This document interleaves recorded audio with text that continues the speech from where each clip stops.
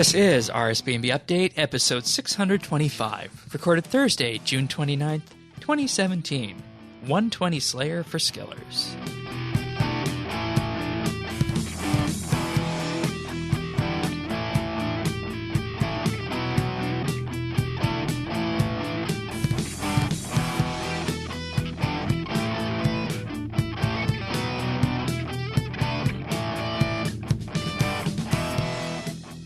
Hello everybody, and welcome back to RSBANDB Update.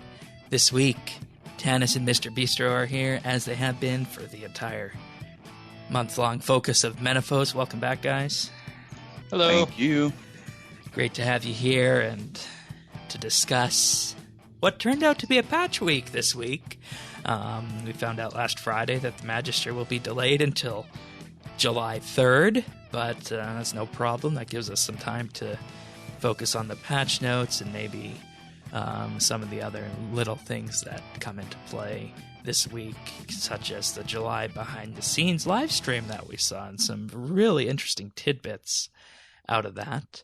Of course, along with that, we have questions and some really scary tech news that I will provide for you guys. So let's jump right in and talk about some patch notes this week. We'll get to the, of course, headlining patch note here, the Seer offhand in just a moment. But first, starting off with patch notes, while using combat channeling abilities, you can now click away to stop the channel, and an informative tooltip has also been added to summoning pouches. So I'm guessing what it means for channeling abilities is like the ones that came from Shattered Worlds, for example, maybe also detonate to stop the channeling. Is that what I'm reading into here correctly? I think so. Yeah.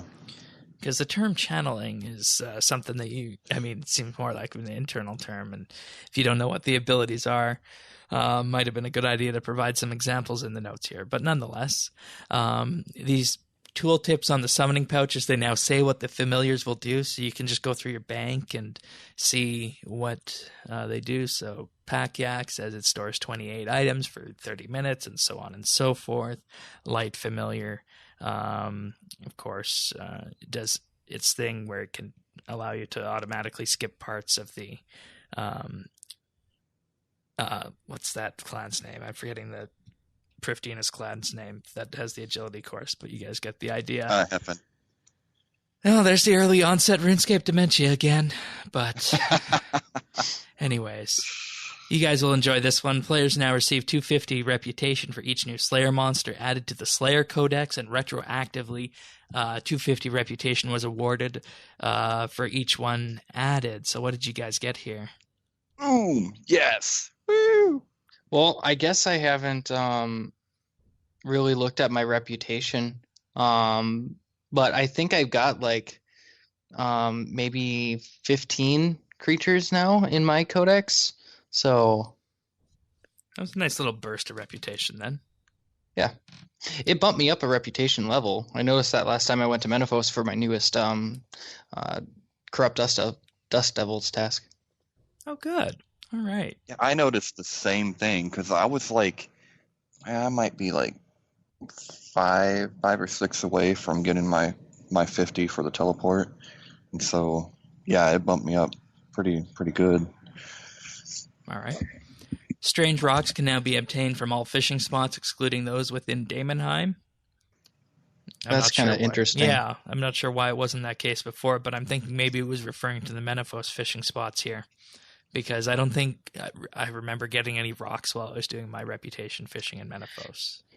That almost makes you think, like, how many things do they have to check off? Almost like if you were to do unit testing for when you do, like, same old, like, fishing spots or trees for things that you need to account for, like birds' nests and stuff like that. Yeah, so that basically means that Jagex should probably have some form of an automated test to do all these things. Then, back in the day, they probably didn't, but I can see that they might now. Next up, Acadia Logs have the same junk chance as magic logs when disassembling. All right, that's interesting.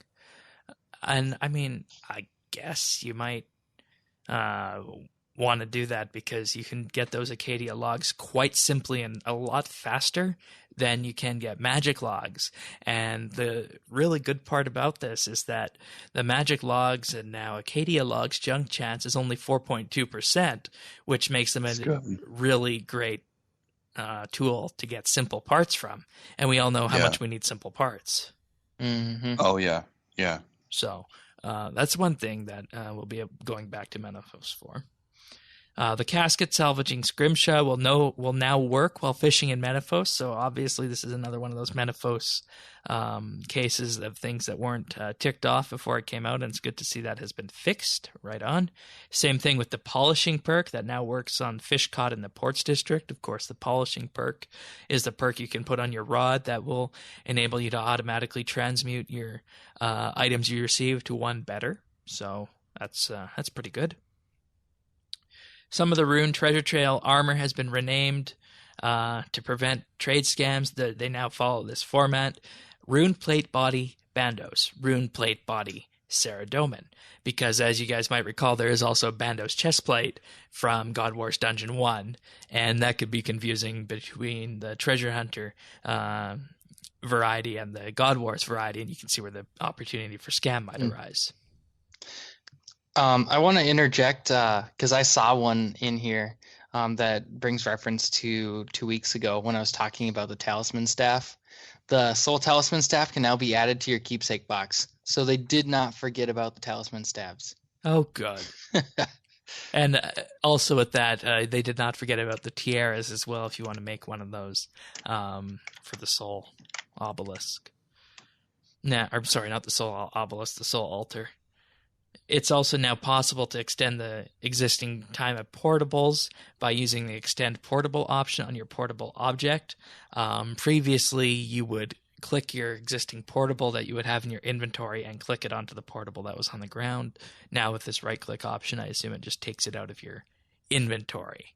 So it's a nice little usability tweak right there for those of us who use portable wells and the like. You can now buy and sell Menaphos teleports on the exchange, including teleports to the Imperial Merchant Port District, Workers District, Sophanum Slayer Dungeon, and Shifting Tombs. I guess that'd be a good thing for... well, I mean, why would you need that? Because you need to do the quest to access Menaphos. And if you're in the city... Well, like, even for the Slayer Dungeon, there's no reason to not just lodestone to Menaphos and go through the gate. And then take the carpet. No, like, if you lodestone to Menaphos, you just have to go across the bridge. How do you go across the bridge? Then you're at the Menaphos dungeon. How do you go across the bridge? I didn't know how to do the bridge. Yeah, how do you do that? You can't go back. You can only go to Menaphos. So you're saying No, I mean, you can only go to Sophanum. Yeah, how do you do that? I did not see any option to cross the bridge. I thought that was an option. Oh, you have to talk to the guards, and you just go right through. But you can't come back. Oh, okay. Well, there we go. There's my idea for usability, because I was looking for a simple left-click option there that would enable that. Yeah. So if that was a pain in the ass to get to that dungeon. Yeah, it was. It really was. I had no idea that was a thing. I was just using the Wisp Colony teleport right outside the Max Guild. Do that from the garden. Oh, it was right there. Does that take up one of the portals in the Max Guild? It's in the garden, yeah. Well, you learn something new every day here. My portals are taken up. You guys, Did you know about this, Tanis? I didn't know about the bridge, no. Or am I just a noob? What about the listeners? I wonder, do the listeners know? Well, it's I thought it was just such a basic thing. Like I thought that was going to be go through this where the Magister was, and we didn't have access to it yet. I didn't know why we couldn't go through on the bridge. Yeah. Oh no! If you look in the dungeon, it's clearly the farther you get in there, thematically set. Like it seems like there's areas of that dungeon that aren't open, Like when you first go in, that's even on the right. first level, there's a couple boulders. There's that are that just option to smell the rock or something. Yeah. I don't know why that option is to smell the rock, but Yeah, that's kind of. You can smell the weird. corruption, yeah, there you go. just like the U.S. okay. government. Oh, yeah, okay. You can just smell it. Do you smell that smell? A new option has been added to Wythian in Profinus. You're now able to exchange Motherlode Maw enhancers for Motherlode Maw shards at a 1-to-1 ratio. On top of this, you can exchange used enhancers for a percentage of a shard. Shout out to Mod Rowley for doing this in his spare time. All right, for someone who doesn't have 115 Dungeoneering, can you guys explain this, please? That is really super awesome because so you get these enhancers and they're kind of like little helpers to help you get your comp or even trim. Sometimes they're damage increasers too. But anyway, I've been trying to get as many of the Livid Farm ones as possible. So now I can trade in all the ones I don't want and get the Livid ones. Oh, so and then they give you extra bonus Livid Farm reputation? Yeah, they'll give you like double Farm? double points or whatever. So you for still like a have to half do hour. Livid Farm then? Yeah, you still have to do it, but a Okay, little bit so they're less. basically and bonus boosters. Yeah, any little bit helps. I honestly don't mind doing Livid Farm. It's pretty relaxing. God. Because it's I hate it God. with a passion. Me too. And Shane likes to farm. That's blasphemy to farming. But yeah, you got a point there. I don't mind it so much. God. Oh my God. There's many- Ay. Like I don't seek it out, but there are many things that are worse that I could be doing. All right, moving on. Removing active scrimshaws will no longer require you to turn them off beforehand. All right, that's a nice little update. That's cool. Kind of like auras. I wish we could have a option like that. Yeah. Attuned crystal teleport armor and weapon seeds now have a destroy option instead of a drop option, which makes sense because no one else can pick them up. You can now disassemble crystal tree blossoms for a chance of crystal parts. Okay. Oh yeah. Very so- cool. This is a very huge update because when Invention first came out, you used to be able to disassemble these. And then they patched it a day later so you could not for the crystal parts, which I think they also gave a rare chance of Saren too, but that has since been removed, and they now only have a chance of crystal parts. And the reason you want this is because of the crystal tool siphon. Because if you were going to make crystal tool siphons beforehand, you would have to disassemble crystal longswords, crystal armor, and you know what the clincher about that was, is that you only used to be able to get 2 of those per Grand Exchange buy limit period. So they were really a pain to get. Yeah, I got so many of those stocked up. I think I've maybe have used like 10 or 20 of them. Right, because the only other real use for them is the Supreme Overload Salve or Perfect Plus Potion or whatever it was called that gives you boost of all the perfect juju the options. Gumbo. There you Throw go. it in the pot. Yeah. And there's a 0% junk chance on these, and they often give simple parts, organic parts, with sometimes crystal parts, and very rarely healthy components. So as you can see, for someone who has been doing their crystal tree every day for a good portion of time since Prif came out, this is going to be huge for me if I ever want to cash in on crystal parts. Yeah. Are we at a point where someone can have 1,000 of them yet? Oh yeah, definitely. Because it is however long since Prif came out, right? Yeah, I know, but Prif came out 2015. Oh yeah, because you can get 2 a day. Yeah. Yeah, I don't. Oh, you can get 2 a day? If you have done the reputation, or not the reputation, sorry, the task set, the Prifdina's task set, an area. Oh, okay. I haven't completed that. Yeah, neither have I, but there's another something to do. But it's a good one. You get that extra blossom. No. You can do I think I Saren was stones. really put off by the desert one and also the Mauritania one, leveling those idiots up all the 99. I'm still doing that. Yeah, I know it sucks. All right. Active spells now have a red outline for main hand spells and a yellow outline for the offhand spells. Of course, this is when you select what you're going to be doing with magic. So nice to be able to see this from a glance.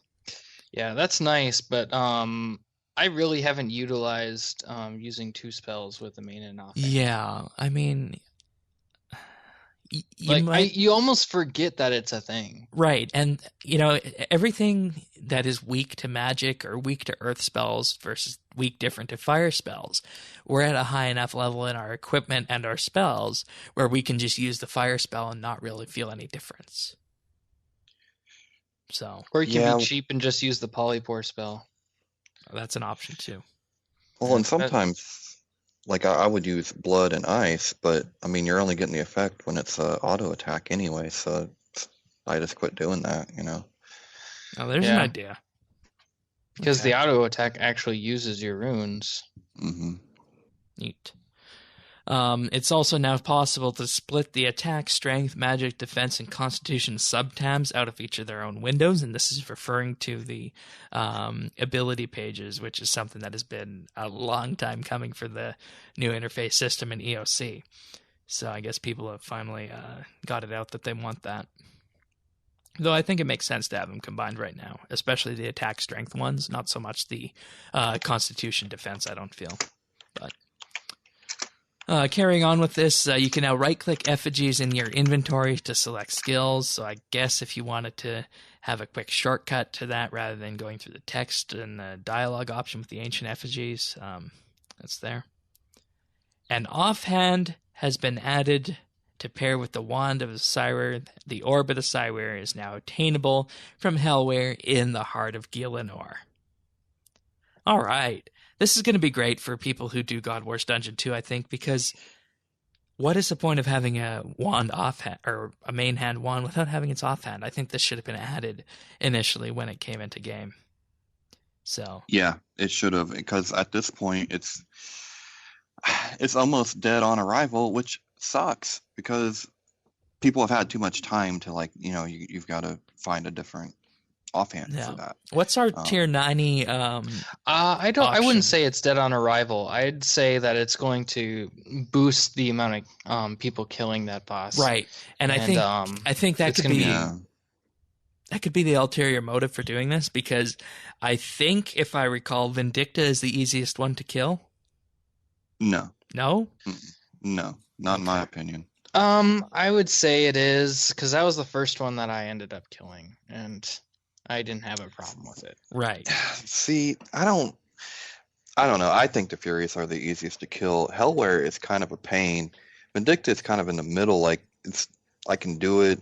I got to eat a little bit. What's his name? Greg is just AIDS. I don't know. Yeah, I don't like him at all. Our favorite Russian boss, Grigorovic. Yeah. Don't you just love how Jagex put a Russian name in game? And all the Russian NPCs in Menaphos? I think there's some collusion there. Could you imagine Angel of Death version of a I'm sure we'll get that in a few years once Telos has been mastered and all that, but all right, now here's something that goes back to the old days of RuneScape. The stock of the following shops now resets at midnight GMT game time when possible. We intend to make this the case for all shops where applicable. So, Garant's Fishy Business, Shanty Pass Shop, Lumbridge Fishing Supply, Fremenic Fishmonger, etc. Fish, so on and so forth, going down this list all the way down to Baba Yaga's Magic Shop, the Magic Guild Store with runes and stands, the Void Knight Magic Store, and Two Tabs Magical Market. So these all now restock at midnight GMT time. Now, I don't know if you guys remember this, but when RuneScape first came out, this is how stores operated, and they had to change this with the removal of free trade and whatnot, because people were capitalizing on this. And then that's when we got the case where each individual person has their own more limited stock. Now, all these stocks reset at this time. I haven't had a chance to see if it's worldwide yet for this, where you could just go to these stores and purchase them out of a community stock, or if this is just your stock that resets at this time. But we're getting closer back to that original point where all the stores would reset at a certain time. So this is very neat to see. I'd like to see them do something with general stores. Not to deviate too much from this update, but it just kind of brings me back to when general stores were actually used. Oh, we have a question about this later, actually, in somewhat of a form. So it's good you brought that up. But in any case, does that make it like? Does that make it so it's a shared? Well, and see, that's the thing. I haven't checked. Right now, it's not shared. I think they would say in the patch note if they change that, because that would be a really huge thing to enact change with. Yeah, I mean, poor Iron Man would be so screwed. Yeah. So I'm willing to bet that part of it stayed the same. So okay. All right, now here's another huge update. The Slayer counter can now be expanded for further information on your Slayer points, your current task streak, and your current Slayer assignment's weakness. You just click the Slayer icon in the Slayer counter to expand its window.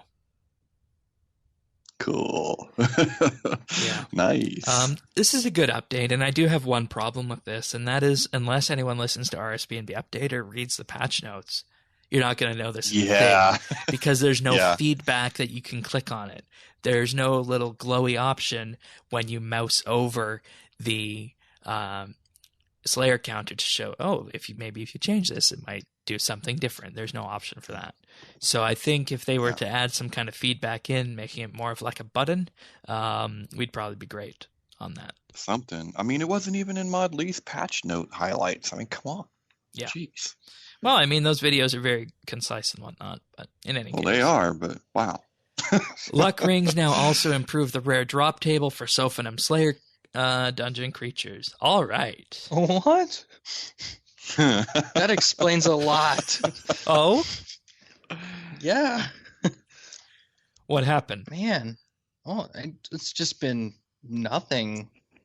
You'd expect something from that dungeon, and there just hasn't been a single thing. And I have specifically taken task after task there. And? I haven't gotten any rare drop table stuff. I did. I did. Yeah, I did.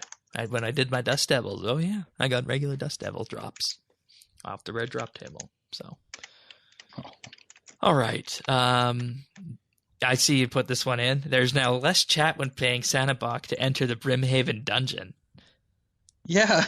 Like, what did he say before? Thank you for your contribution. I know, right? And he wished you a glorious death. Does he not wish you a glorious day anymore? I don't know. Or does he not thank you anymore? Either one makes him sound like a dick. Okay. Well, there we go. So that's this week's patch notes update. Anything else that I missed that we could throw in that you guys think we should mention? I think we covered it pretty well. All right. Well, let's move on to this week's behind-the-scenes live stream, specifically covering the month ahead for June, or July, rather. So this live stream was televised this week, and we learned a good deal of what's coming in July. We specifically learned that the Magister is now officially called a July update. We're also getting aura bags, prayer presets, tier 92 dies, the beach on July 31st, and what we have most been waiting for here at RSBANDB Update, Achievements version 2.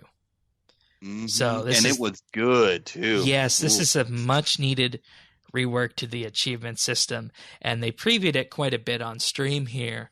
So if you look at what they have open here, first and foremost, they have the new paths window, and that you can now pull out of the main hero tab, so you can dock it somewhere else on your screen if you would so like. And with this, many new paths. With many new paths. Mid-level, some high-level as well, so that's going to be great to see how usable that's going to be. They also really revamped the overview section. It's more colorful, more intuitive. It shows you what tasks you have been working on and what you're almost finished. So it kind of, in that way, can send you off to a different direction. So, for example, here we see that in this test video, the Master Quester task is 98% complete. They also got an overview for categories showing off skills, exploration, PVM, and comp tasks, all with nice little taskbars there. They've also substantially reworked the way that the task lists for max, comp, trimmed comp, and master quest cape work, in that they're more like how they used to be in the old window, more compact and kind of providing, I guess, what the players wanted for that regard, because it didn't feel the need to change them. They also got nifty little progress bars for how far along you are on each of these tasks as well, showing an icon for each of the capes. Also a new compact mode whenever you're going through these tasks. So if you don't want to see the little icon that's right next to the task, you can do that and hide them. Takes it up from about 5 tasks shown per screen all the way down to about, I'd want to say 10 or 12, depending on what they decide on. Also, tasks are going to have their information added back to it, so there's going to be some that you can massively explode to show off all the various requirements to them, so that's going to be great. And it looks like what we're going to be seeing for the achievement tab, in particular all the task set, is we're going to be seeing requirements added back to those, which is, I think, something that a lot of us have wanted. So yeah. Overall, this looks really good. We don't have a firm release date for this as of yet, but I do think this will be the headlining update for July, because, like it or not, the old task system was better than the one that they brought in, and there were lots of UI troubles with this. And I think it's clear that, when they did this, there was no real testing. There was no real connection of what it used to be and where people wanted to go correctly with this. So, overall, it just looks a lot better. Do you guys have any takeaways from this, how the task system looked here? Well, I told you have faith, Shane. They weren't done. Yeah. They weren't going to leave that hanging.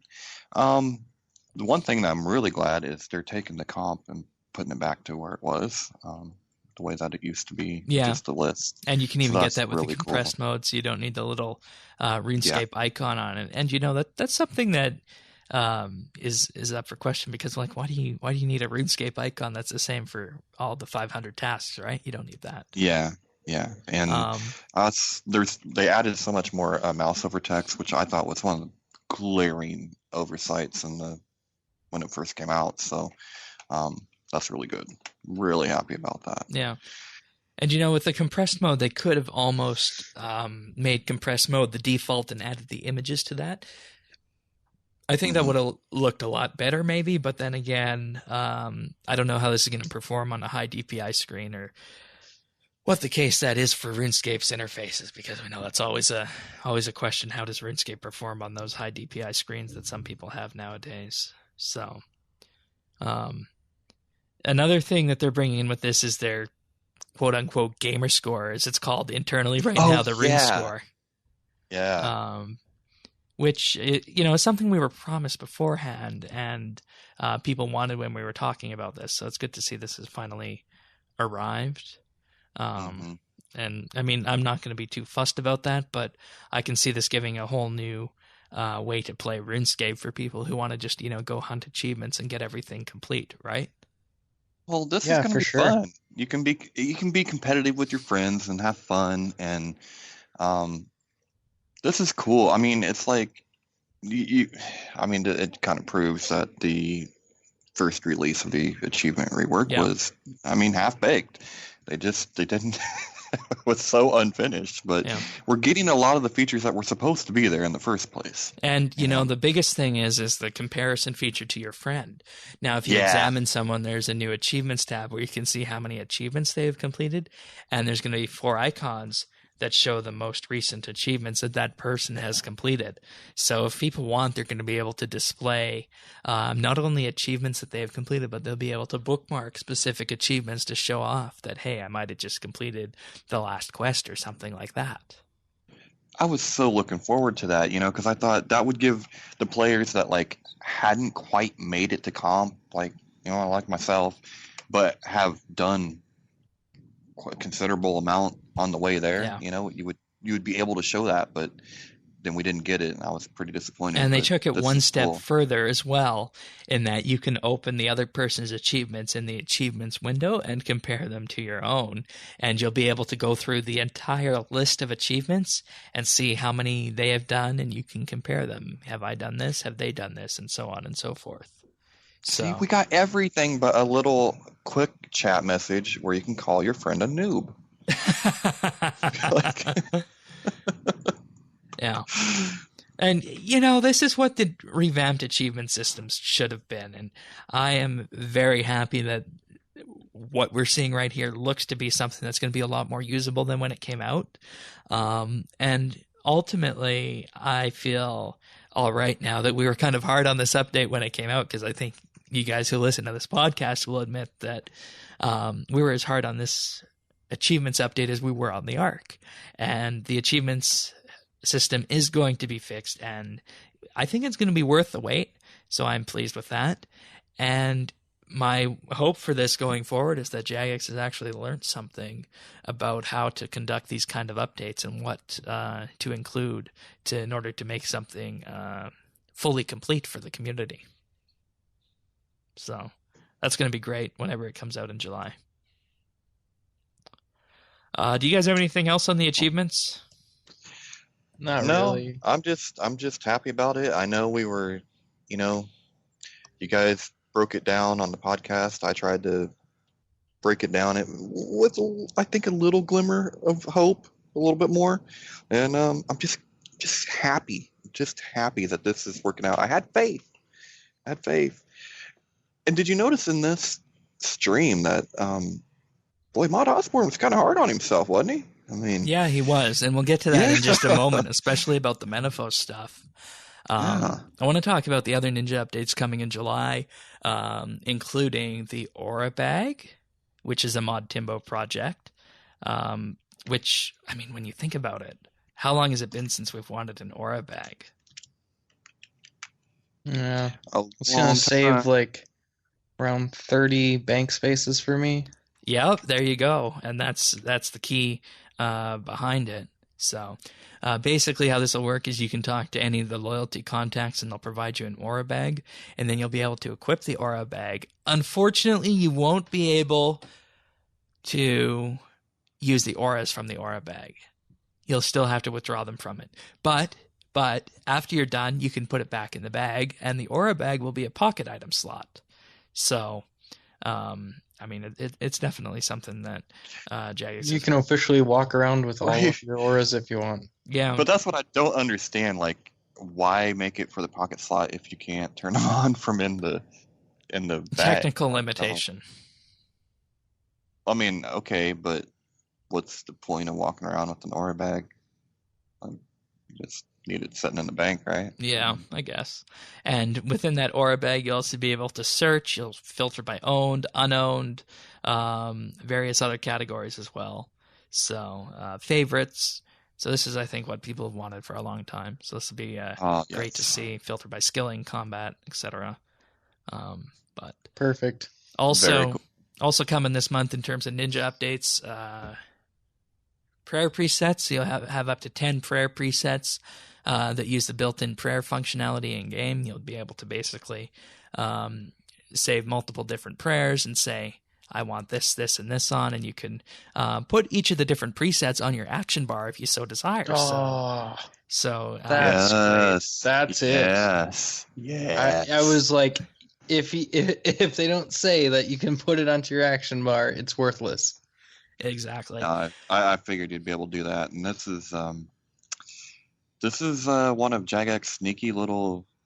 For me, it's an accessibility update. I guess it's just it'd be quality of life for a lot of people, but this matters a lot for me, because I can put my my quick prayers on my action bar, and I can put that to a hotkey. But if I have to switch, and some of the bosses, you've got to switch your protect melee to protect range or what have you.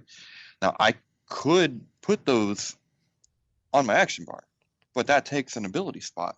So I have to balance that out. You know what I mean? So like, if I want to have all 3 protects, the best I can do is it's going to take 3 spots, and that's including like my quick prayers that I have set, so I could have it like item protect, a overhead prayer, so like say it's protect from melee, and then I could have a turmoil or something like that going. But I still need 2 more slots if I need to switch to protect from mage or protect from range. Yeah. With this, that cuts it down to 2. That's big. And I mean, if I wanted to use 3, it just gives me so many more options, because otherwise I have to click on the prayers, and that is so hard to do for me when I'm fighting.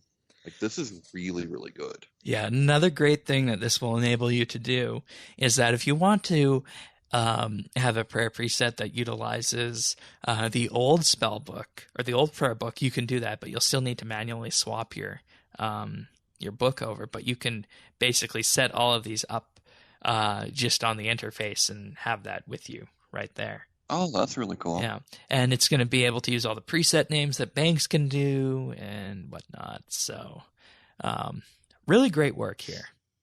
Yeah, I was shocked. I couldn't believe it, and I was just like, "Wow, this is just so good!" Like, because I just went to Calfight King was it last week or week before, and I don't do much of that, but I did a little bit, and you got some prayer switching there, and I was having that trouble because you need your abilities. You can't take up too many spots with the prayers, right. So like, this is really good. I'm really, really happy about it.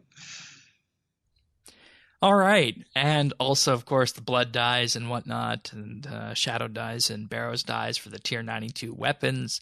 Those will come in a similar ninja patch at this point. For those of you guys who are interested in Fashionscape and whatnot, and have the money to, first of all, purchase a tier 92 weapon, and secondly, purchase one of these dies to use for it. So, yeah, those might be more expensive than the weapon. Yeah, most definitely. So, who knows? But anyways, as we also mentioned, we got the Beach coming this month and the Magister. So, but with that, there were also some other interesting tidbits that came out of this stream, including the fact that Maud Osborne admitted on this show that the reputation system was quote-unquote jealously keeping people in Menaphos and was too much, and perhaps skewed a bit towards cosmetics rather than tangible items, rather than being rewarding enough. So once again, they know this, just like they know the achievement system was messed up. And I feel like, with Maud Osborne taking that and mentioning this, we will be unlikely to see similar mix-ups like this in the future.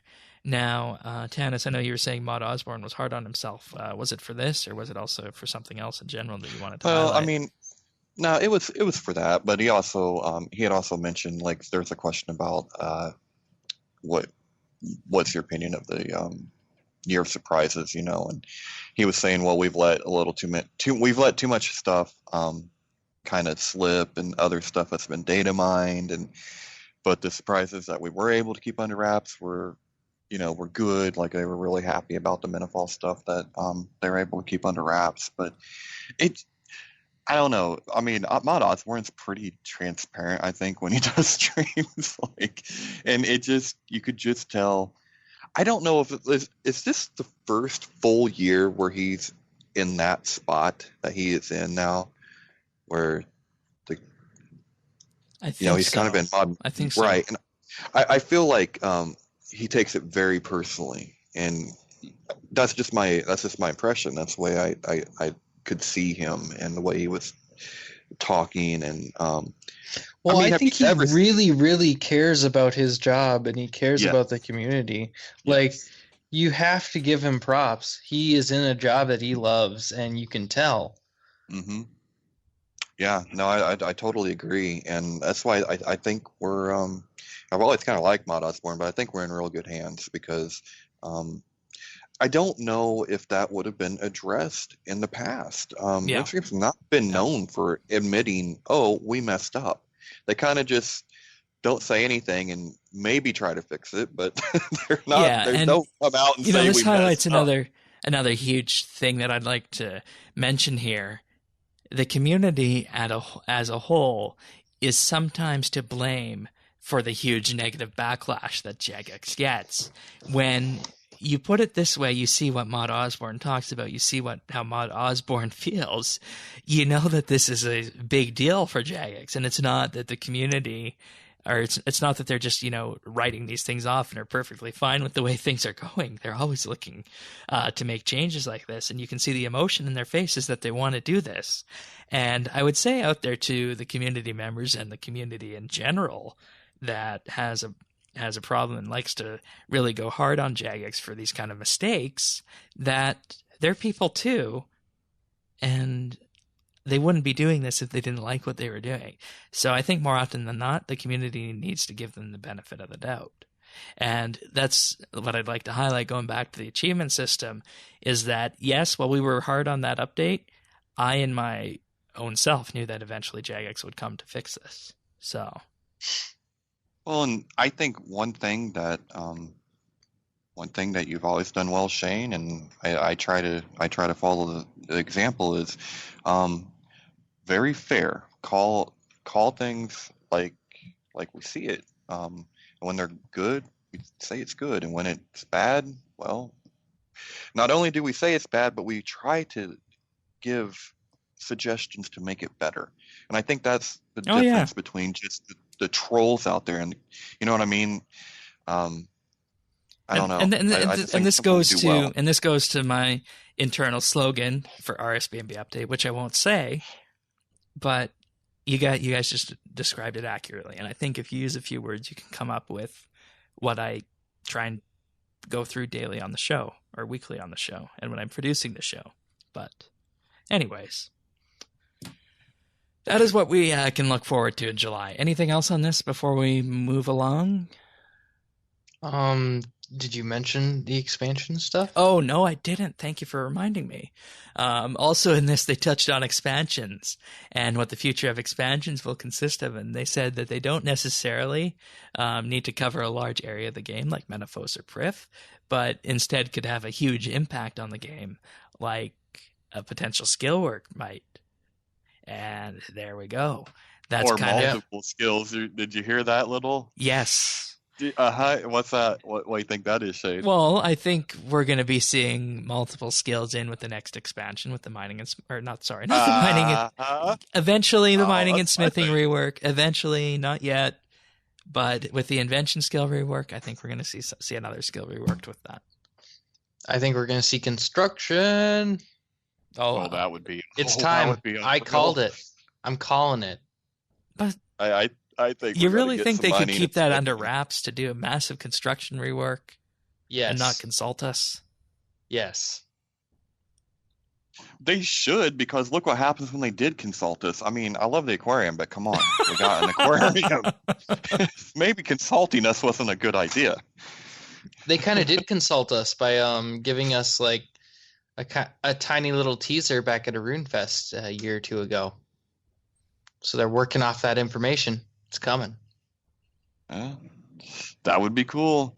That would be real cool. So cool. But I really feel like it's going to be 120 mining and smithing. So strap on, boys. We're going for a ride. Well, yeah, I could see that too. But it's just like the entire construction rework is just graphically update it and then add a 120 personal slayer dungeon teleport for the teleport room. But no. Cool. They could do so much with the POH. Especially if you have player-owned ports, player-owned Slayer Dungeon, and all these other things, you can start to integrate that a little bit. And it's the year of bringing, or well, not the year, but the last couple years of making stuff from 2005 like current and important again, right? We got Priv, we got Menaphos, we got ties up with all these quest lines. Why not make construction relevant? Bring our PLH, make it relevant. Make skilling great again. That'd be so great. We could do all kinds of fun stuff. We could make videos of RuneScape cribs. And also in this, they said RuneScape that they will be talking about the next few years of skilling at RuneFest in the live stream. So it's safe to say skilling is on the agenda, and we'll get some focus somewhere along the lines in one of these expansions. So we are getting ready for a bombshell at RuneFest this year. You think? Yes. I think we're going to see that in the next few weeks, actually. They did say that something large was going to be announced in July, so we'll have to wait and see. I think that they're going to tell us what the next expansion is, and I think it's going to be the bank. It's either going to be the bank or I hope it's not the weather system. So many people are talking that one up. And I think it'd be cool, but it's not an expansion. No. Well, we can talk more about expansions later. We do have a couple of questions related to them. So, one more thing about July behind the scenes. They did say that anima rates will be tweaked at some point to aim for 2 hours. You spend 2 hours in Shattered Worlds getting ability. Yeah, if they're tweaking rep, they're tweaking anima rates.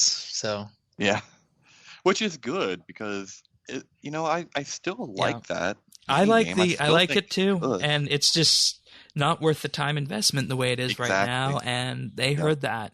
They said they heard that from everywhere, so I'm thinking they probably heard us as well. But all right, we're the last people they check. Not necessarily. No. There's still you still got some old school boys there. All right, so this week's Treasure Hunter promotion is the Summer Sizzler, where you can get bright stars and bright lamps that give additional bonus XP and experience. They give 70% more XP. 70%. Runs from the 28th to July 3rd. So, I'm not going to beat this dead horse because it did, and it stinks. And, so I ain't going to beat it. This is a perfectly fine thing. If people want to spend money to support RuneScape, I'm fine with that. Yeah. And we all have our own achievements. We have our own high scores and whatnot. It's no big deal. It's funny. Like, if you were to go back 4 years or so, this would just be the end of the world. But it just goes to show that incremental changes really change people's minds. Yeah. Make things more acceptable. No, that's how I would have released EOC. But anyways, that's a topic for another show. We're going to move on to questions right now. And the first one's an audio put those worms back in that can first. Yeah, first one's an audio question from Pernasius. G'day guys, Pernasius here. With the announcement that Mod Timbo is looking at rebalancing the drop tables for Slayer and boss creatures, do you think this would be a good time to give it a total overhaul? Imagine if Slayer creatures only drop their unique items. Regular drops could be worked out as to what they make on average per hour, and the Slayer Masters would then pay you a bounty for the task instead of herbs and logs and other skilling items being dropped. They could also introduce Slayer shops, whereby players could purchase the items that used to be dropped. This would allow Jagex to set a standard price for herbs, seeds, and the like.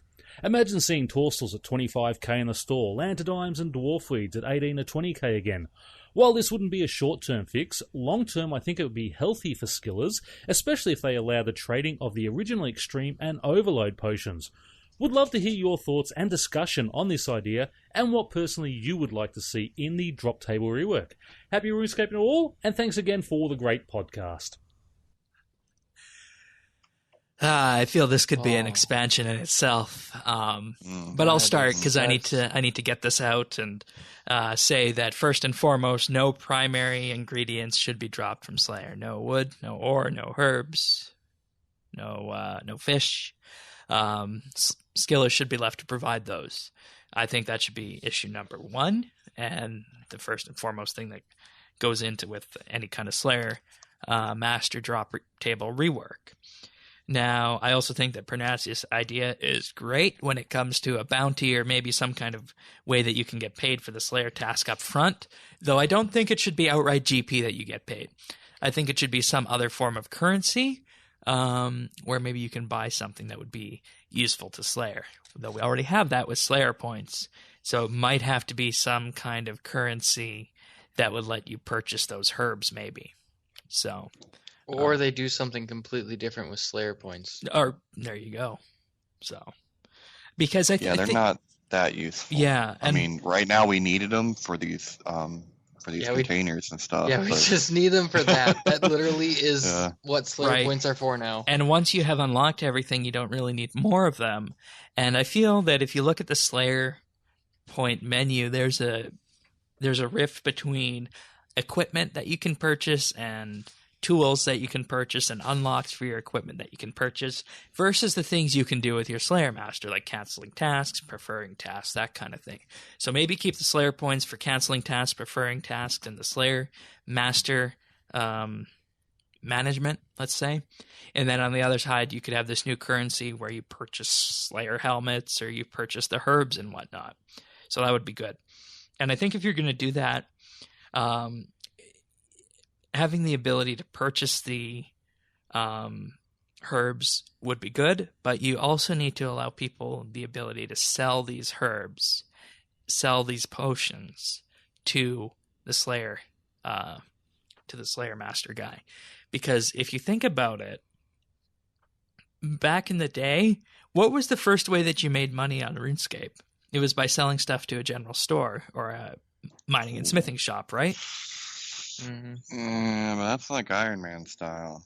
I don't know. I'm not saying that would be the only way to sell your herbs and whatnot, but it might be more economical for someone who does a lot of Slayer to buy their herbs and whatnot with some of the points. Granted, it wouldn't be the main way of purchasing, but it would be an option of something you could do on both the buyer and seller side of it to offset what happens when you remove these from the drop tables.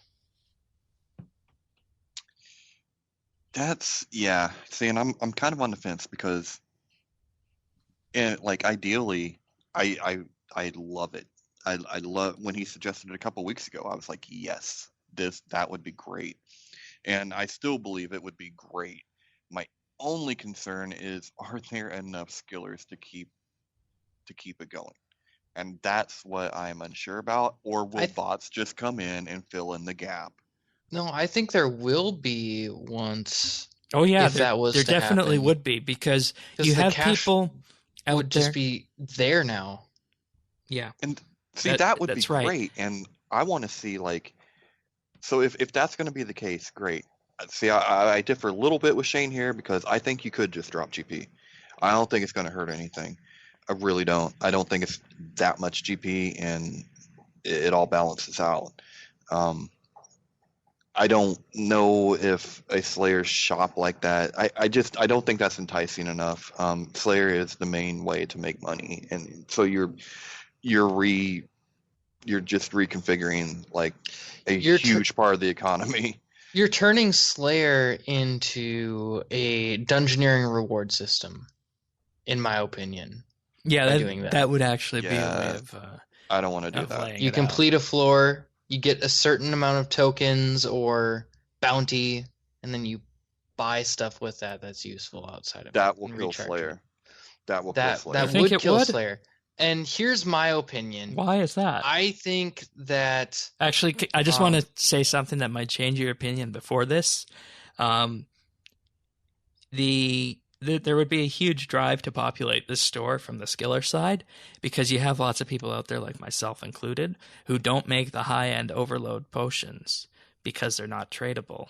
And we have this huge stack sitting there that we can't use. So if we could sell them to the Slayer guy and sell it to people who are actually going to use them, it would provide us a reason to train with that, and it would keep that populated. Well, You see, that's another thing that didn't sway my mind at all, because as someone who's into combat, I wanted to get a high level herblore level so I could make those extremes for myself. I don't want those traded because I earned that and I want to use them for myself. And I feel like I might be taking the unpopular side, but I feel at the same time that a lot of people that are into combat can understand this.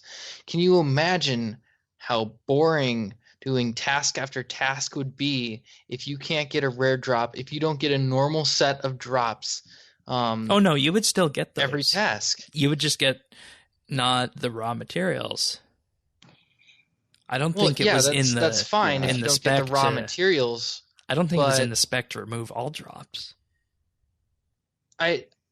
How many drops are there other than the raw materials? Because you can argue that a lot of things are raw materials. But it's hurting the economy. It is hurting the economy. You cannot have those dropped in the sheer numbers that they are, because what point is there for someone to go mining, sell them on the exchange, or use their own ore when they can just go fight avian seas for that adamantite ore?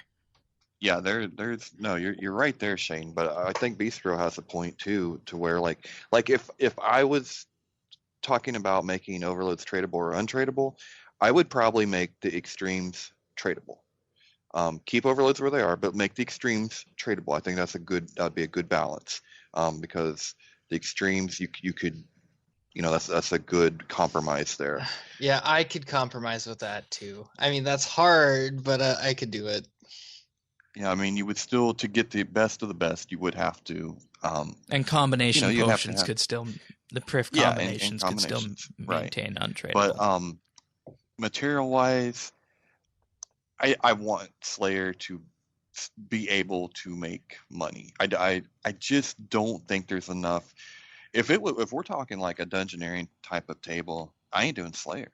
There's just nothing in it for me. I just wouldn't care. They would have to find something else for it, because, I mean, we know it's an issue. Mod Timbo has highlighted it, and it's been talked about before. So we know it's in the minds of Jagex that they want to do this, and we know it's an issue. So it has to happen at some point. Well, no, and it should happen when it comes to the raw materials, but give me money. I want to be able to buy what I want to buy. I don't want to be stuck with I'm doing Slayer for herbs. Man, piss on that. Like, I want to buy what I want to buy. I would say the best compromise for this would be to not remove all of those drops that you guys are talking about, but to reduce them. No, they got to go. No, I can't agree with that. I think they just got to reduce them. I mean, they can drastically reduce them, but they still got to be there. And the reason I say that is because as a player who did or was working to 99 Slayer and there was still like Torsal Seeds drops, that would be awesome when I would do a task and I get a Torsal Seed drop. That would like help the rest of the task go by. And I like that. I like getting some random thing, you price check it and it's worth something nice and you're like, well, that's cool. Like if it's just cash all the time, it's just like, oh, more cash, more cash, more cash. And I can't have as much enjoyment out of that. I think there still needs to be those basic resources, but it just doesn't need to be at such a high rate. Well, here's what you do Now. instead.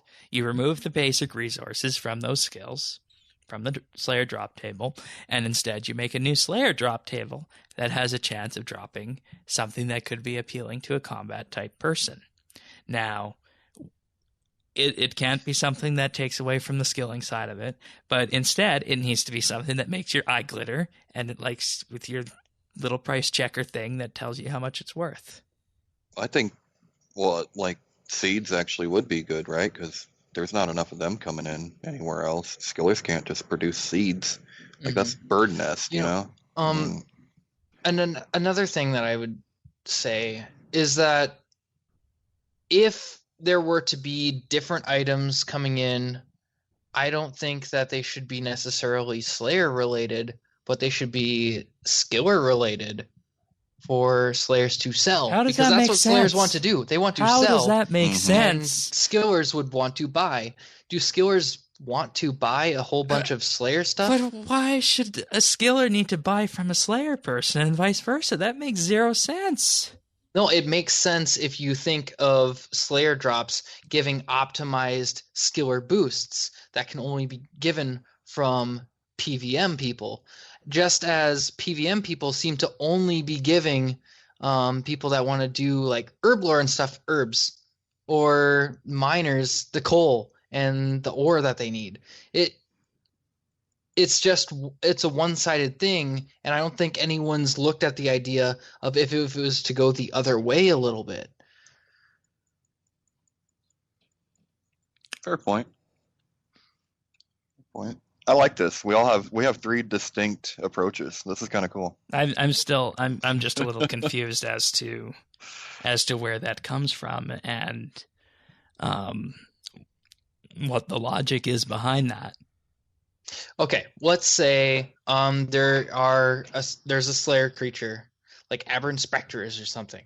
They drop something that Slayers can get that you can add to a super compost and make something a little bit better that increases yield slightly, or the things like that, things that All right. slightly increase a skiller's motivation Now- to keep skilling now a those counterpoint items, to that. and that would replace the high amount of regular resources and bring that number down, but not completely remove it. All right, now a counterpoint to that.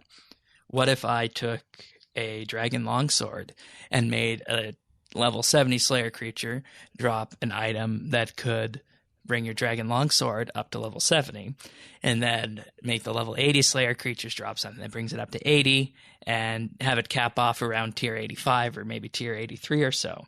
So it's kind of the same thing, except working in the same wheelhouse. Except I can solve this dilemma except for you, where we instead are enhancing gear that is already in game for combat folks.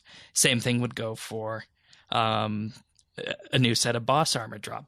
You might get the raw material from the, let's just say hypothetically, I know this isn't going to happen, let's just say hypothetically that when the Magister came out, it dropped a piece of chunk of metal and you had to forge it into something to be the tier 92 sword with a high level of smithing. Would that also be acceptable? That would be, I think that's the only way to make what you're talking about even remotely. Yeah, it needs to stick with the combat type of stuff. It can't go cross like that. I mean, here's kind of the counter though that I would worry about. Like, once you get your routine in combat, I mean, it's no different than for a skiller. Once you have your routine down and you have your equipment, I mean, you're not looking to upgrade all the time. You're not looking, like, if you're in level mid 80. Oh, and to be clear, you would be able to sell those things I suggested. You're not upgrading. You would be able to sell those. But to who? Because you're selling them to other Slayers who don't need to upgrade. No, I'm sure you could find people who would upgrade. There's lots of accounts coming up that could use that. I don't know. Are there though? I think there are. I wrote an article this month talking about how people are very centered around their own kind of skill level, whether it is low level, mid level, or high level, and how everything needs to be tailored to them. And it's just because everything has been tailored to high level that we seem to be losing a lot of that low level community. Low level also includes non-members. I need to say that. Yeah, it's not to be offensive. It does. But it does. And high level people like do combat, but they could be doing skilling as well. And I think that if we are starting to move towards a direction of 120s, that will help. And if we get a good balance of skilling and Slayer items that work together to create something and create value for one to the other, where it balances things, that's good. But I don't think that the solution is completely removing items from a drop table. That would be like... I think you're just looking out for yourself here. It just doesn't make sense to me. Because what you've said so far doesn't make sense. How does it make sense? It doesn't make sense because what you're proposing is exactly the same thing, except opposite to benefit you even more. It's the exact same thing, except it benefits you even more.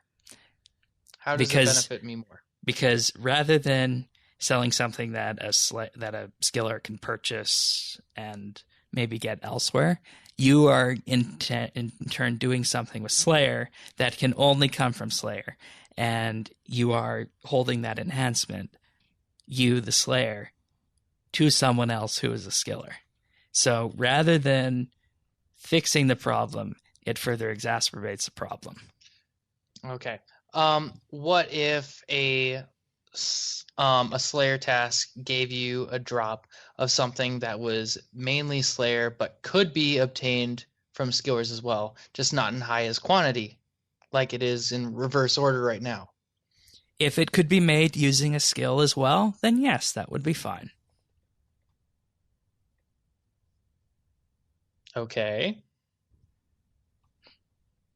So from what I'm coming from, it seems like the happy medium is that slayers can continue to slay, get items maybe at for those main resources at a lower amount, and get those other resources at like an amount to account for the loss of those items, but skillers should have the ability to get a little bit of it too.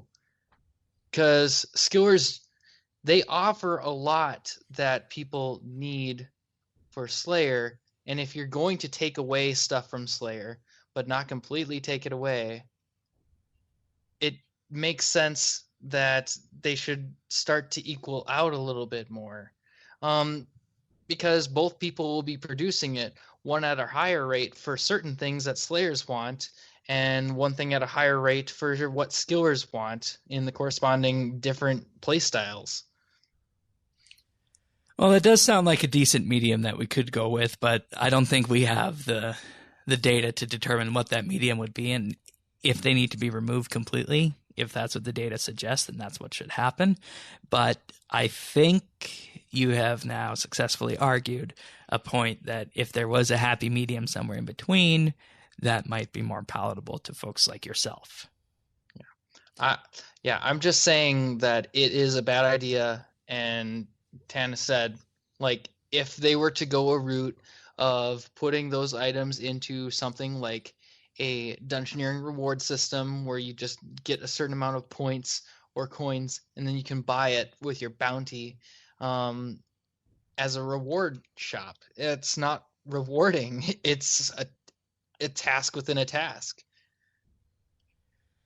All right. Well, we're going back to the beginning. So, Tanis, unless you have anything else to end this with, I'm going to move on to the next question. No, I'm just going to say, show me the money. That's all I care about. Show me the money. Alrighty. That's what I want. Well, this next one comes from Sirion, and he says, looking at past large updates like Dungeoneering, the evolution of combat, thriftiness, the arc, and maybe even all of player-owned ports together, what do you think would have been different about them had they been expansions? Do you think we would have had different types of content in the game had the expansions been around longer? All right. Well, first and foremost, I think that any major skill that comes out could be filled as an expansion, and it would have to be released all at once. That's how Dungeoneering would have looked when it came out. That's how they should have been too. Yeah. When these skills came out, that's how it should have been. Shane, you actually said something nice about Dungeoneering. I did. You listened last week, right? I heard it, and I was just like, there's no way I'm not going to let that just go. Well, it was basically a middle of the podcast realization that Dungeoneering was more of an expansion than Menaphos because of what it featured. But in terms of EOC, I think I don't know how you'd make EOC an expansion. It would have to have the foresight of releasing it exactly how it is now, or mostly how it is now at the very beginning. But as we all know, that wasn't possible. Different patches of abilities that are at the same number for each skill. Yes. Are balanced. Right. And tried and tested. Yeah. But, the thing is, we couldn't get official testing done with EOC because there was so much community hate about the idea going on that it was hard to accomplish anything decent. Well, and the beta test was worthless anyway. People just got wonderful gear that they'll never be able to use. It was just, the whole thing was stupid. But I think that is an example of what an expansion, like, all of those examples are what expansions could and should be. It's just that it took years to get them right.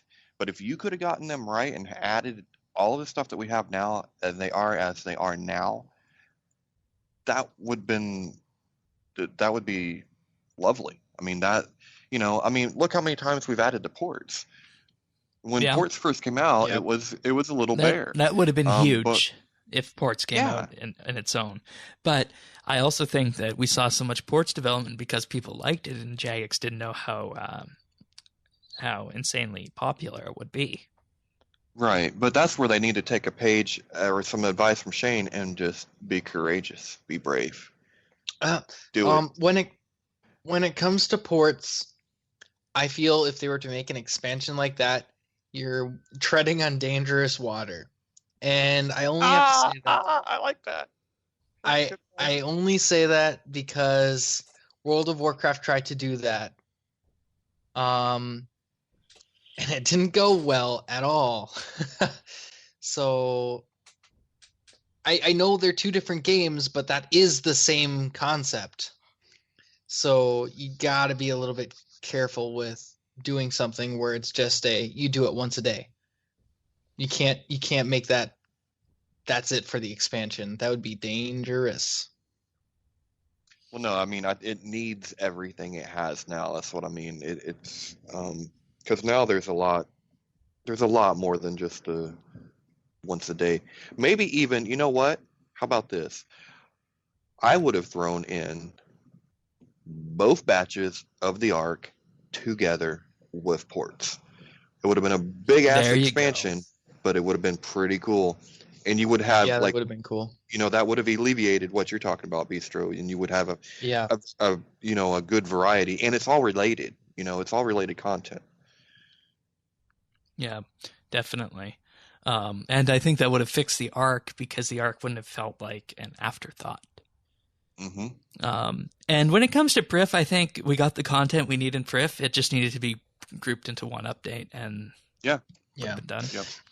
Same goes for invention and even divination, because that should have been as one as well. You're right. Yeah, it should have been, and I can't imagine how they could have messed up invention. And I think if we would have had them both come at the same time, we would have seen a tighter integration between the two. And ultimately what that means is we would have seen invention have more of a major role in the game than it has now compared to what we're waiting for. Yeah. So... yeah, if they were bundled together, could you imagine the shell shock of how different the playstyle would be? Can you imagine how long it would have taken to get my Max Cape back? Oh, that would suck. No.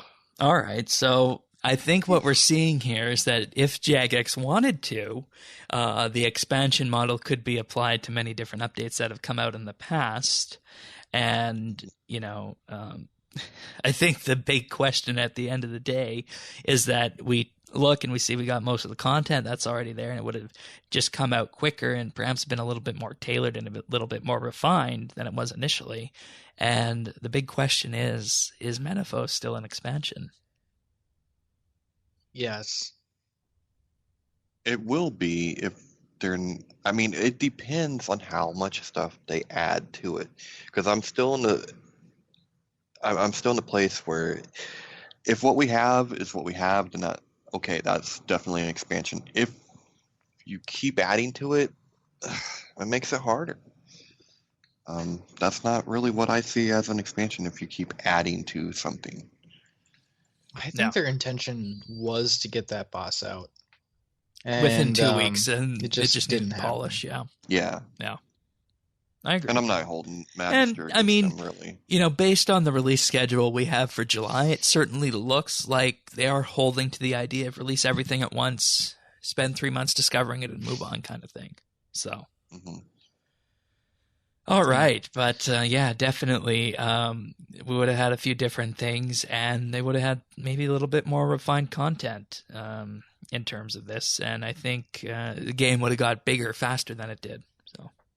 Yeah, and it seems like with expansions, when they drop one now, and people are just up in arms about it because they're up in arms about everything all the time now, that Jagex has that buffer room to do those tweaks. Like, the development's done. The big stuff is out. Now they tweak it to what people want. I mean, it's kind of a bad philosophy, but it still leads to better content. All right. Fair enough. Yeah. Fair. Thank you, Sarion. Next one is from Tyler. You guys can answer this, seeing as I've never read the books and I've only seen 2 of the movies. What is your favorite Harry Potter book and movie?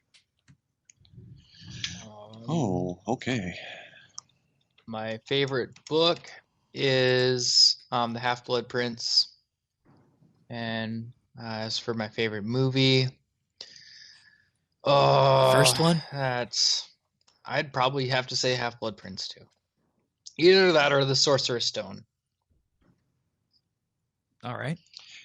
All right. For me, I would say that my favorite book is probably I don't know the name. It's the last book was my favorite book, and The yeah, Deathly Hallows. There we go. Yes, that was cool. I'm gonna agree with you, Beaster, though, for the movie. I'm gonna go with Half-Blood Prince too. That was a really good movie, and I haven't seen the last movie, so I mean, there's that. But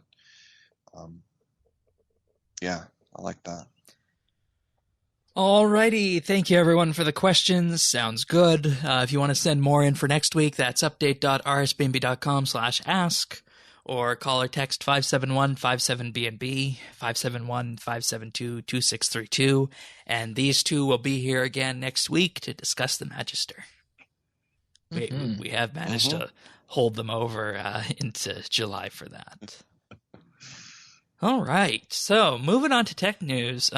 This first one is Google has been hit with a record fine in the EU over what they feel as a shopping antitrust complaint. So the story goes as follows. Google was fined 2.42 billion euros, which is roughly $2.7 billion by the European Commission, after it ruled the company had abused its power by promoting its own shopping comparison service at the top of various search results. You guys might be familiar with this, that when you go shopping on Google, it offers you some options of items that are similar to what you're searching for and provides stores where you might be able to find these. So, the ruling... I find this hilarious. Yeah. But continue, and I'll get into a mini rant after it. No. The ruling also orders Google to end its anti-competitive practices within 90 days or face a further penalty. Google said it may appeal this. If it fails to change the way it operates, Google could potentially be charged and forced to make payments of 5% of its parent company's Alphabet average daily worldwide earnings, and that makes roughly $14 million a day. So, what Google has done is illegal under EU antitrust rules, said Margaret Vestager, the European Union's competition commissioner. It has denied other companies the chance to compete on their merits and to innovate, and most importantly, it has denied the European customers the benefit of competition, genuine choice, and innovation. Google, in response, says that we believe the European Commission's online shopping decision underestimates the value of those kinds of fast and easy connections. While some comparison shopping sites naturally want Google to show them more prominently, our data shows that people prefer links take them directly to the products they want and not to websites where they have to repeat their searches. We think our current shopping results are useful, and a much improved version of the text-only ads we showed a decade ago, showing ads that include picture, rating, prices, benefits us, our advertisers, and most of all our users, and we show them only when our feedback tells us that they are relevant to you. So basically the idea here is that if you're searching for a comparison between various items and you want to maybe use a comparison site, the EU feels it is anti-competitive for Google to be suggesting stores where you might just go and purchase the various items instead of going to one of these subsites.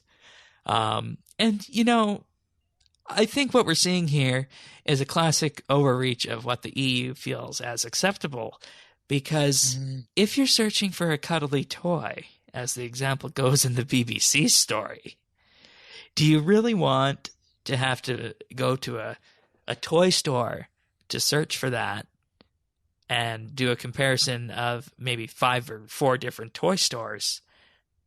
Or would you rather just see the results right on Google and go to one of the stores and pick it up right there? What would you guys rather do? Would you rather use a third-party search option that compares them, or would you rather just search from directly within Google? Obviously first. Right. I don't really. So what's the problem? They're only showing the picture and the direct result of someone that is a partner of theirs. The problem is that the problem. they're showing. The problem is that explain it. One company. I'm sorry, I can't hold back any longer. The problem is one company doesn't have enough money to put into SEO, which stands for search engine optimization. It's something I work with as a web developer every day. Everything counts. Google is they control the internet. It's also worth noting fact now that some of these are sponsored ads. Yeah. So search engine optimization.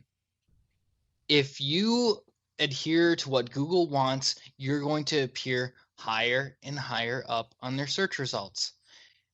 When they are depicting what stuff is available at the top of their search, it's for people that have done good search optimization, are using Google AdSense, are using just a whole bunch of their stuff, which makes sense. They're a company. Google AdSense is a part of them. It's how they make a bunch of money.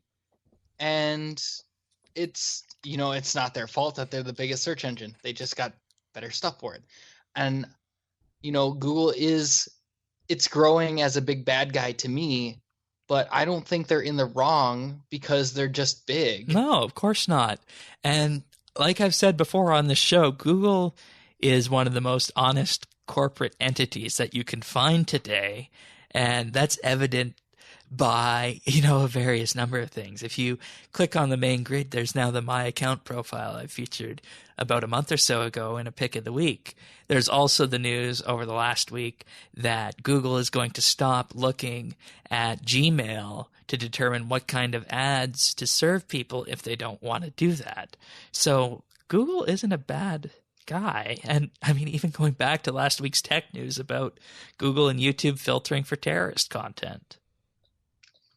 So, they literally deserve this title, the gatekeepers of the internet, because they are in charge of how so much is done, and because of how important it is for your stuff to come up on Google as a company. You need to adhere to some of that. You can't be found anywhere if you don't. Yeah. And I think it's a dangerous precedent to set. But Google does it at least from what we know, a pretty fair standpoint. Yeah. And, there's also a very interesting wording in the regulation. And they say it's accusing Google of distorting the market. And, that just shows that the EU Commission here doesn't really understand what Google is doing. Because they're not distorting their market. They're not choosing winners.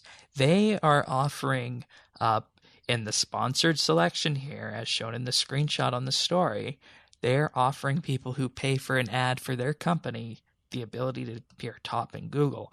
And like Mr. Bistro said, anyone else below that is free to read what Google looks at for determining about where their story is going to appear. So... I think Google is in the right on this, and we'll have to see what happens with this. But it's a dangerous precedent by the EU, not only for the EU but also for other countries should they want to ever do anything like this. Yeah, if Google's going to fight this, I can't think of any situation where the EU is going to pull out of it. Like, Google is in the right. I think a lot of tech people know that. And when it comes to this kind of situation, if they understand that, that's all that's really going to matter. Like, because Google, if they have to defend themselves, they will, and it will make sense to anybody that has just the smallest idea of what ads are on the internet in general. Yep. I guess I have to just do a quick devil's advocate here, because I think we get, at least it feels to me, and I don't have the tech background that you guys have, so I mean that's one thing right there. But because it's Google and they have such a, they're pretty decent as for giant corporations go. We kind of seem to give them the benefit of the doubt, but I wonder if we would have the same opinion if it was a different company, because I think the way that I'm understanding what they're doing, or what the EU is saying, is essentially you're going to use Google. If you're searching for something, it's going to be Google. You're not going to Bing. Come on. Sorry, Microsoft. You're not going to Bing. It ain't happening. You're going to Google, and therefore it is skewing towards that. Now, from a business standpoint, of course you're going to promote your own stuff, but I don't know, like, if it was anyone else than Google, would we feel the same way? Because I'm very much in favor of strong antitrust. Me too. And I think they're wrong in this case. I think if you were to maybe look at Facebook, for example, and say that Facebook had a monopoly in social, then you might be able to find some kind of antitrust thing. So, I mean, but if they have it in social, how does Google not have it in? Like, well, you got to be. And they do. You got to be really careful when you say that Facebook doesn't have a mark where Google's doing the same thing. Yeah. Because in the background, Facebook is huge in ads, and they are just as important in Google when it comes to advertising, if not more so. It's pretty incredible. I don't want to go into too much about all the things that as a web developer has to worry about or do for marketing people and their companies. But if it's not Google, it's Facebook. And if it's not Facebook, then it gets down to the smaller ones. We got Bing, Yahoo, and, just the smaller advertising names. But Facebook and Google are the big boys. And, you could argue that the EU should be doing the same thing for Facebook. Yeah, and I would be totally in favor of that. I'm very wary of something getting too large like that. And it feels to me like in practice, they are what you are going to use to search.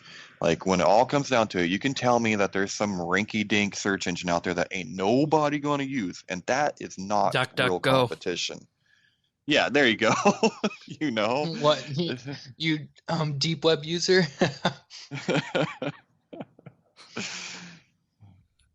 I don't know. Just let me play the devil's advocate there, but I just, I think what's interesting is that is something you only see in the EU, and we over here try to pride ourselves as being such, free market people, and that's how you keep a market free, is by making sure someone can't monopolize the whole damn thing. Yeah. But at the same time, I think there's a confusion here of what's going on between sponsored, not sponsored, and general SEO. So we'll have to see how it pans out. All right, next up, what was thought to be another ransomware attack turned out to be a wiper. So ex-Peter Petya and not Petya, otherwise known as, also maybe in the news this week, GoldenEye, as another piece of ransomware malware. Turns out that it's actually wiping a disk, even if a payment was made. So it was not designed for financial gain. Instead, it was just designed to completely destroy people's hard drives if you get infected by this. The first infections of this appeared in Ukraine, which, makes it a little bit suspicious that it could be state-sponsored. And some of the fingerprints on the code also look state-sponsored, so we'll have to see what comes from that. But that has been making the rounds this week, that this new piece of malware is wiping hard drives that it finds rather than just encrypting them. At this point, we don't know exactly what kind of systems are being targeted, but suffice to say, if you get hit with this, your computer is done. At least the hard drive storage is done on it. And how would we protect ourselves from that, Shane? Well, as much as I, don't want to be an I told you so kind of person, you want to run the latest version of Windows, which means Windows 10. Make sure your Windows updates are set to automatically install. And even with that going forward, make sure that you're not opening strange attachments, clicking on strange links, going to websites that you don't want to go to, so on and so forth. So, yeah, there's a really bad thing creeping around the internet. So I figured I'd scare you guys all with this. Well, more scary is how easily it can get worse. The idea of internet security is literally about time. Is it worth it to hack someone? Yeah. How much time? And also, is it worth it put up against the hacker? Is it worth it to protect yourself against that? That's another question a lot of people ask themselves. It comes about, just being smart about backing up. Yeah, because, if you backed up, you would be able to just, recover from this easily, reformat the drive, and begin fresh. So, providing your backup wasn't infected, but that's a whole other story. And, Windows Defender does a real great job at protecting against these kind of things. I was doing some testing this past weekend of my hardware, and I had one of those, all-in-one boot CDs around that had lots of tools on them. And it found something that it deemed as suspicious because, those kind of tools sometimes need to get deep in the hardware and might have malicious fingerprints on them. So Defender found it, quarantined it, and asked me what I should do with it. So I'd rather have a false positive like that than have something that, completely skirts my vision of what's going on. So this is floating around primarily in Eastern Europe. It hasn't made its way into any Western computer systems yet, but that's not to say that it couldn't. So basically what you want to do if you're running an older style Windows computer, get it off the internet. Yeah. Wow. Yep.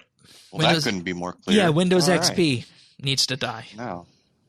I got my Windows computer checking every night. Yeah, it does it every night. All right. Because I know that these can happen. They happen fast. It takes no time for this to spread. And I just trust that Windows Defender is going to be on top of it, because Windows now that everyone's on basically the same thing, even though they pretty much released the next increment of Windows 10 recently, that they got a lot more people all on one thing that they need to protect. Yeah. All right. Well, we do have some other security-related news this week. Intel's Skylake and Kaby Lake processors, which are the most recent ones, and the last year's version, have a bug within the microcode of the CPU themselves.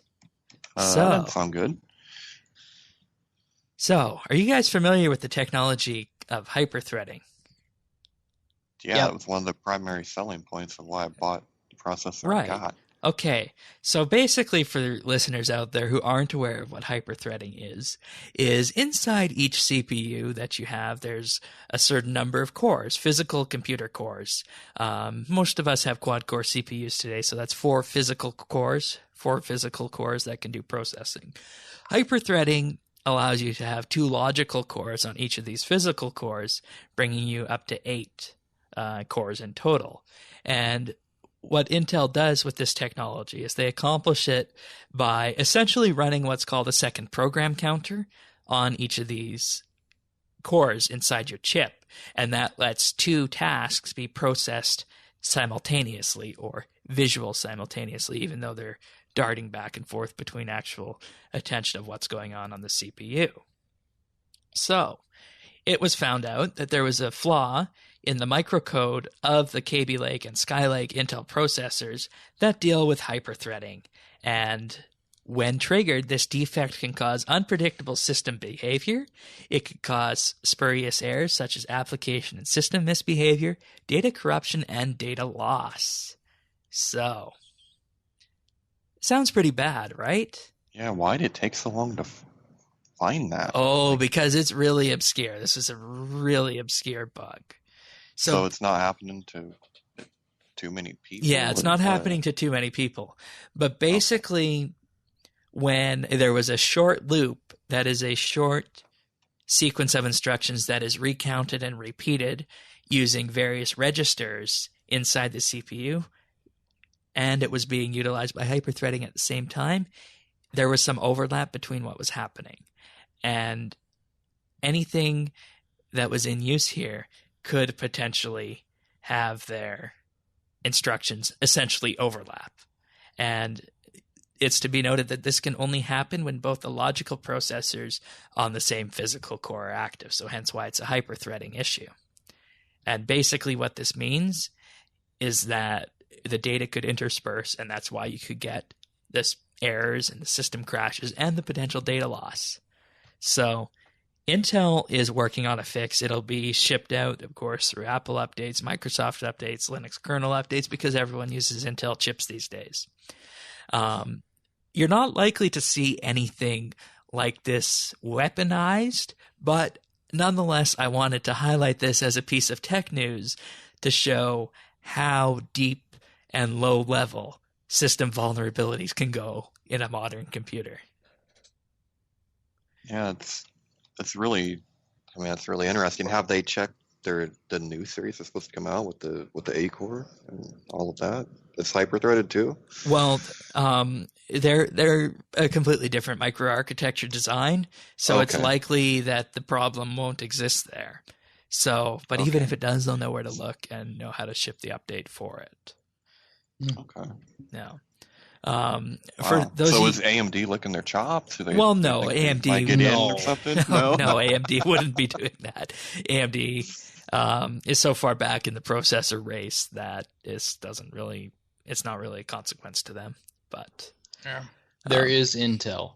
There is Intel if you want to do main stage processing work. But for those of you guys who have a technical background or are just interested in seeing what's going on here, I have included a link to the initial Debian mailing list bug posting that had this posted. And I'll just read out what the exact problem is. That's where it was found? Yeah, it was found in Debian. Wow. Because these people were, let's see, what was the exact language they were working on? Where is it? They just stumbled upon it when they were moving around their Linux. Yeah, they were using some form of they were using some scientific computing language that was dealing with hyperthreading, and it was producing erroneous values. So much so that they had to go debug their entire program and realize that it wasn't them, it was Intel that was causing this. That is really curious. It was OCaml toolchain that it was. The thing that concerns me is that you said it's the Debian community, and yeah, that's where they found it. I got stake in Debian.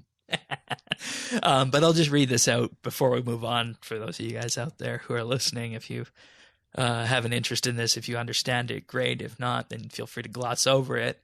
But the problem is described as under complex microarchitectural conditions, short loops of less than 64 instructions that use the AH, BH, CH, and DH registers, as well as their corresponding wider registers, RAX, EAX, AX, or AH, may experience unpredictable system behavior. This can only happen when both logical processes on the same processor are active. So whenever there was a small set of instructions interacting with these registers, there was a chance that the hyperthreading technology in these chips could overlap data. Yeah, and that is serious when it's that low of a thing. Yep. Especially because like these are used for anything from e-commerce sites to Yeah. It also affected the sites server to databases, server-side Xeon chips as well. Yeah. But anyways, there's just a little bit of a hardware knowledge for you guys and to show you how deep these problems can go sometimes. All right, so our skill of the month update.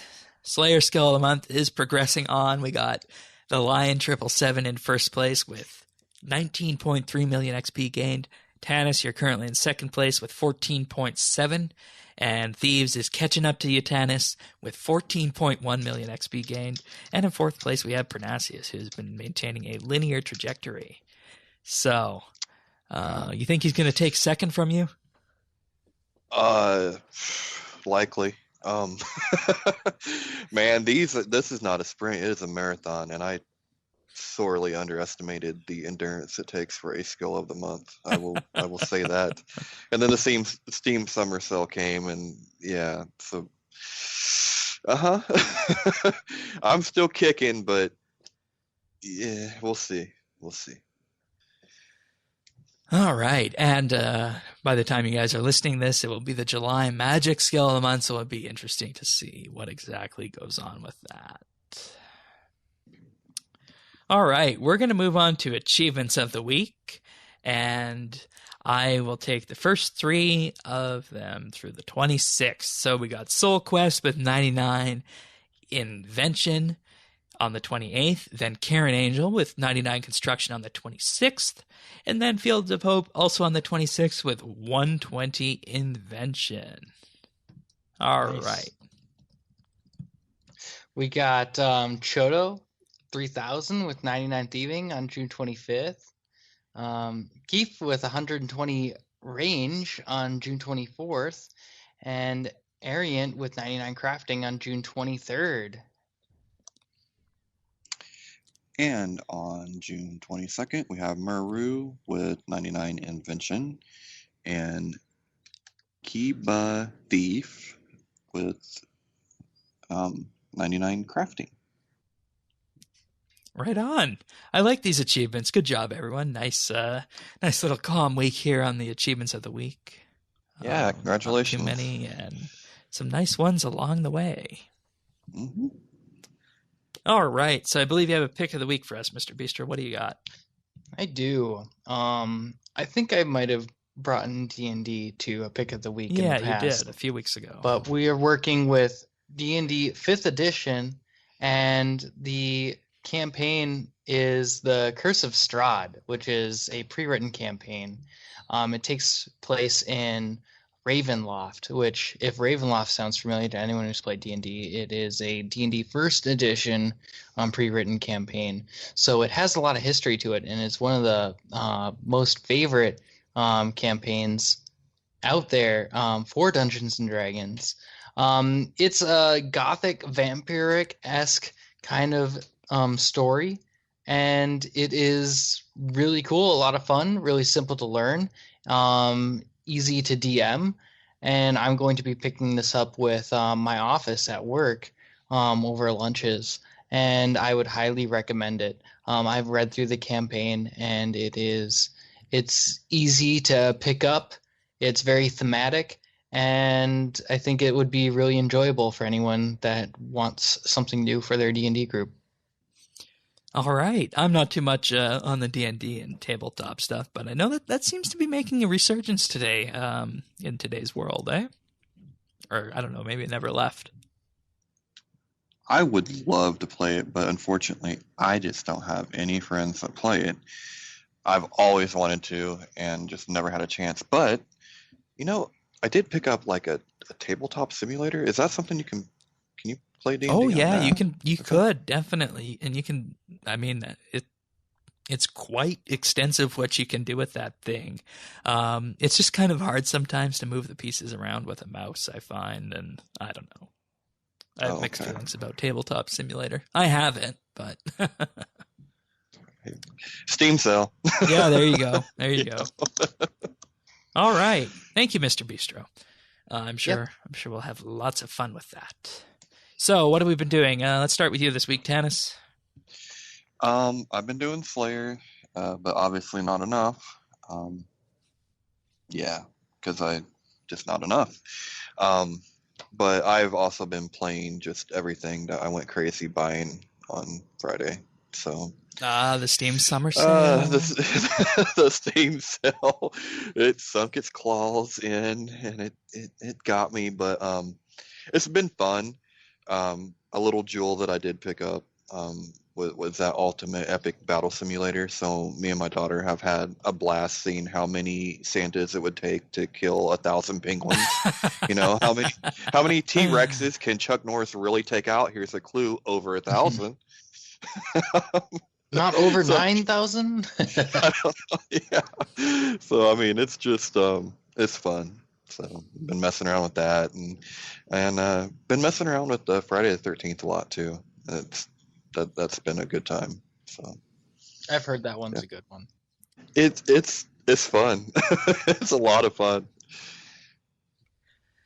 Excellent. How about you, Mr. Bistro? Just doing a bunch of Slayer. I got my feet wet in dungeoneering again. I'm really starting to close in on 120, and I'm almost to the point where I might just go for it. Ooh. But yeah, I've been really enjoying Slayer. Been filling out my codex, and that's been really enjoyable. I hate the idea of like Pokemon and everything, but you know, there's a recipe and it's right and it works. All right. Fair enough. Well, me this week on RS, I have been doing a little bit of Slayer here and there, some Dark Beasts, some Corrupted Dust Devils. I don't know how to explain this, but I just feel I don't feel that engaged by Slayer. I don't know why. You guys have any ideas? You gotta get better drops. Yeah, that will help. And then you gotta do Ripper Demons. I mean, combat-wise, it just feels like it's too simple with Revolution just sitting there, and they die. Well, you can take that off. You can do manual. I know, but then I can't watch stuff, and I can't do stuff as well. Well, you know, I mean, one or the other, Shane. Come on now. Legacy mode? Well, if you think if Repo is lazy or if you're boring, complaining that it's boring, then you're on the wrong setting. right? Yeah. Because it can be enjoyable if you're actually making an effort to conserve food, do best DPS, and that kind of stuff. Like, there's a method to the madness, and I don't think there's a better Slayer creature to do it on than the Crystal Shapeshifters. For me, personally. Okay. Man, you must go all out, because I just buckle down, grin and bear it. But Well, yeah, with that's Crystal what- with Crystal Shapeshifters, I hate like spending tons of money on food. So you know what I do? I just bind them, and then I'll attack them as soon as they're unbound. Then I do the back step and the forward step with Mage. And Sounds I like you're bind them doing a again. dance. So Yeah, you're dancing. Okay. Yeah, I'm dancing. Yeah. See, I have a very different approach, because I just try to stack stuff. So I stack my Vampirism, or I stack my Vampirism Scrimshaw. I'm wearing full tank Tetsu. And then we just go in and let them have it and run Soul Split, and hopefully you don't have to eat as much. You do enough damage that way. But yeah. All right. But aside from that, I have managed to go through my stack of 100 plus Juju farming potions that I made way back when I was getting 120 farming. So I went back to Herblore Habitat and restocked on my seeds that I can get from there to make those potions. So hopefully that'll be a good amount of Juju farming potions that I can get back in on that. But aside from that, just a little bit of Arc Island hopping and planning next steps for that RuneScape character. So Cool. all right. Well, we'll be back next week to discuss the Magister. Of course, presuming nothing happens between now and then, and it arrives, and we can fight it. So until then, we'll see you next week, Finally. and thank you for sharing your time with us. Bye-bye. Bye.